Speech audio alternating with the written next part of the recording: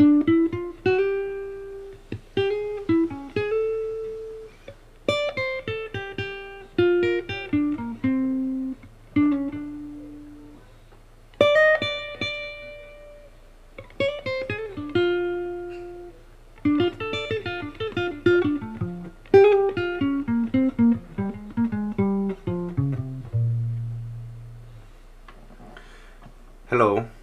welcome back to Voice Lead Jazz Guitar YouTube channel. My name is Junwon Choi, and thank you for your interest in jazz guitar and my second video.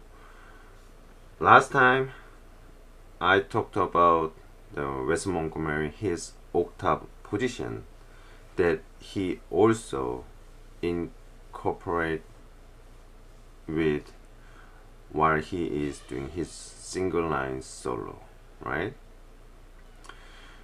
So it is logical that the way he is known for, because the octave is what he was doing it, and in his brain and in his eyes, this fretboard should be, the octave is this diagonal way.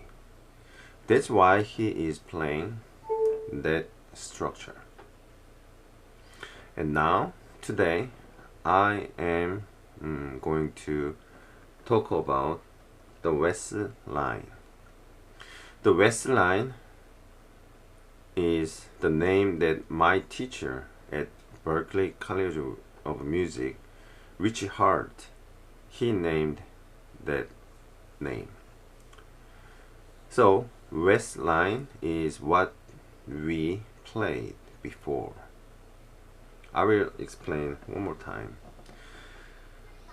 that 416 is key of G minor, and where Wes played it over was also on the G minor, but he sometimes played G minor as G minor C7, G minor C7, so it sounded like a Dorian.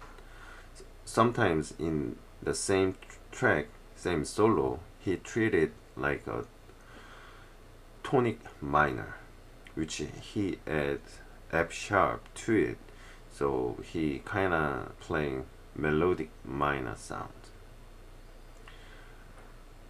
That's why sometimes people misunderstood that Wes is playing Dorian. It is kinda right, but when we talk about the Dorian mode scale, especially for the guitar players, we think automatically as block scale. Oh, Dorian is like a stepwise the scale, right? But the way Wes was playing was so unique. He played 4 notes of the chord tone or the bass chord under here, and then he put extra notes on top of it. So I will explain that today. So there's a two-way you can find out where the Wes line is based off of the bass chord. So we're talking about the G minor, right? Over here or over here. This voicing is a shell voicing, shell chord. So you should know this voicing before you understand what I'm talking about, okay? So based off of this G minor 7 shell voicing, from here, when the root is on the 5th string, there's a tension 9 on the 2nd and the 5th on 1st string on the same fret. So if you just don't think about the root, the top is B flat major 7. So from this 3rd, this is being the root of the B flat major 7. So if we just play like this diagonal shape, the B flat major triad, this is backbone of West line. And also we can come over here from here, G minor 7. This root octave higher is over here. So from here, G minor 7 chord tone like this is West line. Okay, so we find the G minor 7 chord tone of the West line, and then he put extra third on top and extra third on top and another third on top. So this is a full West line on G minor 7, and not even on the G minor 7, which whenever like which key he is playing, he transposes this shape on any key. So for example, the impression D minor over here, I think the jingles is E minor, so this is the main position. So the beginning of this video, the tunes that I played was Wes Montgomery's Days of Wine and Roses. I played the very first part of Wes' solo. I played that because that tune is in key of F major, and the second chord is G minor 7, also G minor Dorian. That's why this is also perfect example that Wes could play his favorite line during the tune, and he played it. Okay, so he played it like before that. Okay, Days of Wine and Roses, first chord F major 7, and melody is, and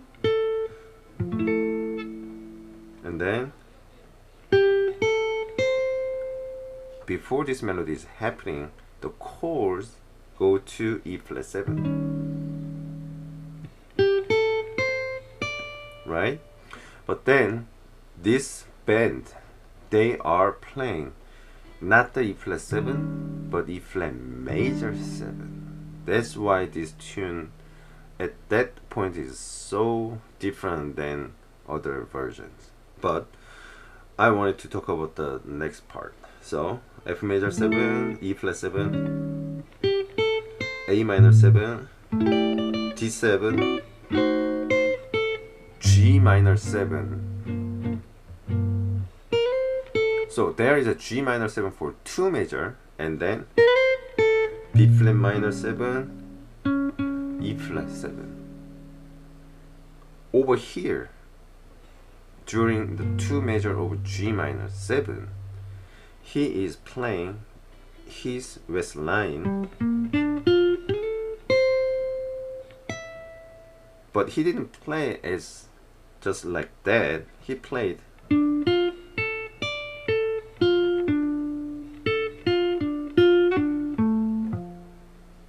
okay, so he played,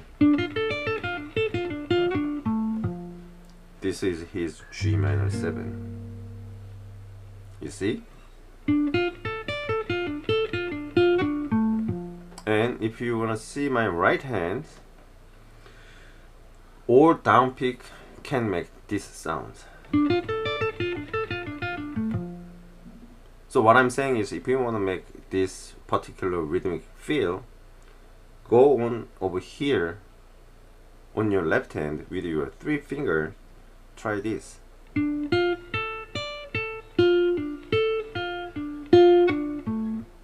You can feel the accent as well.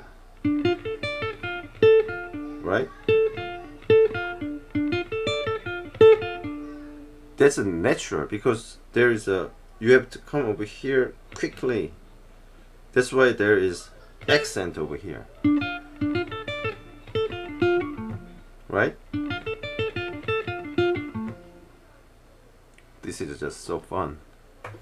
And then next section, when B flat minor, I'm playing the B flat minor 6 to the E flat 7, but you can play E flat minor 7 to E flat 7. Over here, West's line is this B flat minor going into this B flat minor. So he is also thinking in 2 octave position. So over here he's playing B flat minor,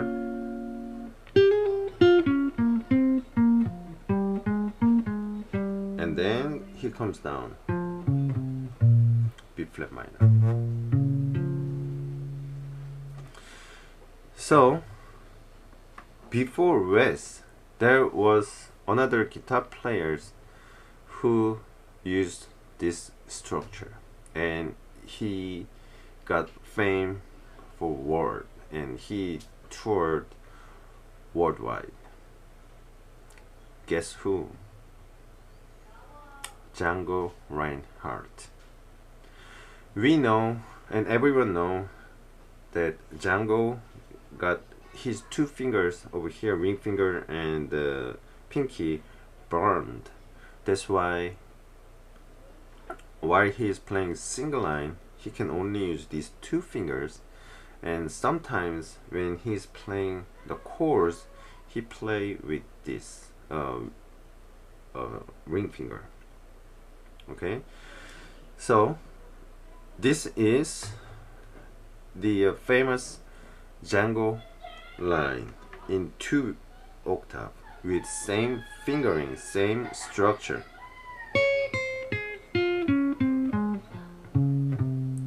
Okay, and George Benson plays the other way really fast. And this line is 2 major 7 voicing connected. Bottom here, the shell voicing on the 5th string, the root, this voicing, and this root going up octave over here, and another major 7 drop 2 voicing. These 2 chord shape connects. This is the Django line. This D flat major 7, usually people playing over B flat minor. So at this point, the B flat minor comes around, either D flat major 7 2 octave or B flat minor 2 octave. It's just the same sound. Okay, so one more time, B flat minor to B flat minor. The Django line, D flat major to D flat major 7.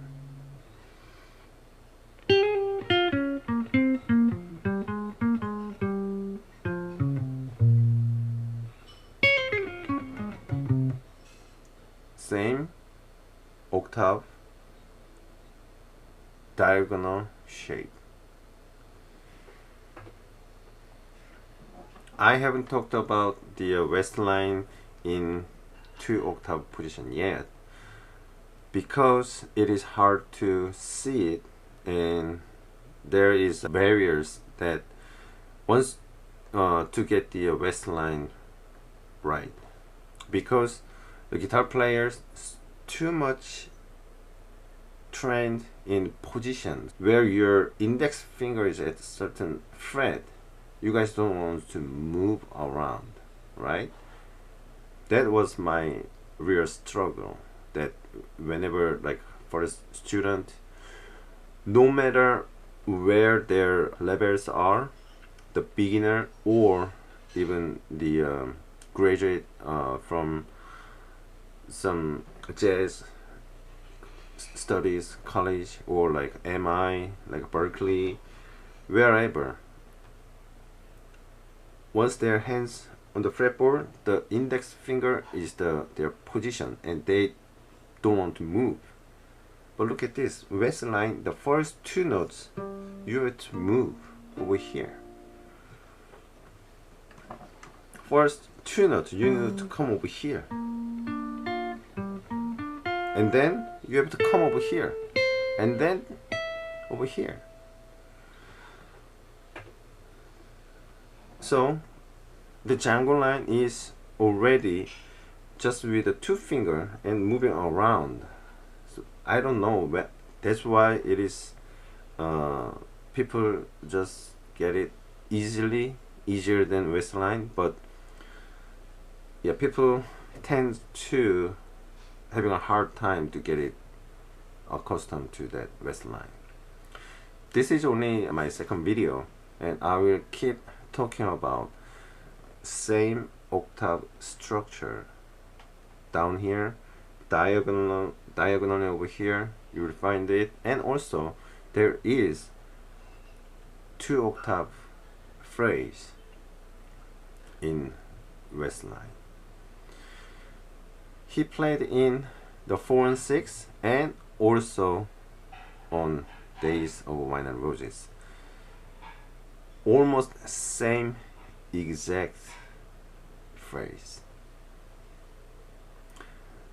I think this is for today, and yeah, just please support my channel, subscribe and like and comment please, and let me know which subject or which thing you guys want me to explain or cover, or like what do you guys want me to like talk about. Yeah, just say it and contact me on the comment below, and yeah, I will see you next time. Thank you.